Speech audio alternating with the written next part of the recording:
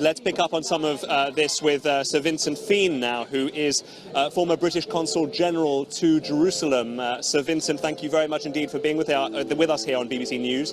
What do you make of criticism of the Israeli government that they have stalled in accepting this plan in order to give a diplomatic boost to the incoming Trump administration?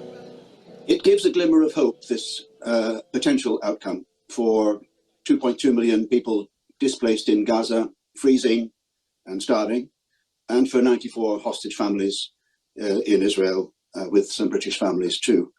The delay I can't account for. It may be last-minute haggling. I'm hopeful that it will be overcome.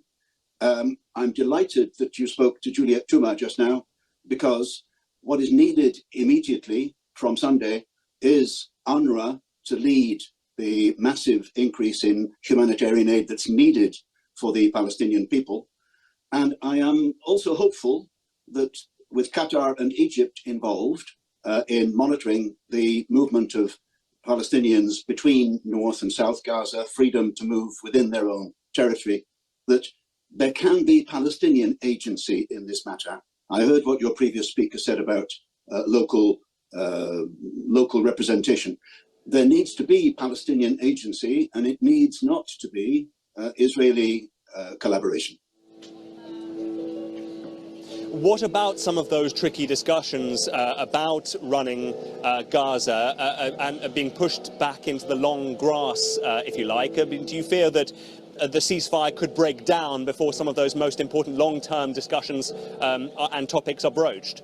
There's a risk. There needs to be international community pressure on both sides to ensure that all three phases of this deal are respected by Hamas and Palestinian Islamic Jihad and by the Israeli authorities. It needs to happen. And we need to get to the end of this conflict. I was listening to Jeremy Bowen, for whom I've got the greatest respect, and he's been monitoring this crisis for decades, and he's right.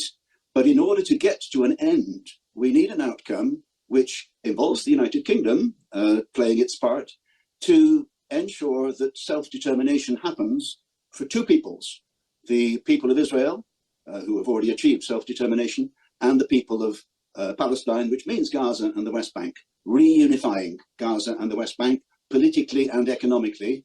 And that will be done, I hope and believe, by Palestinians, not by Israeli surrogates. Sir Vincent Fean, former British Consul General to Jerusalem, thank you very much indeed.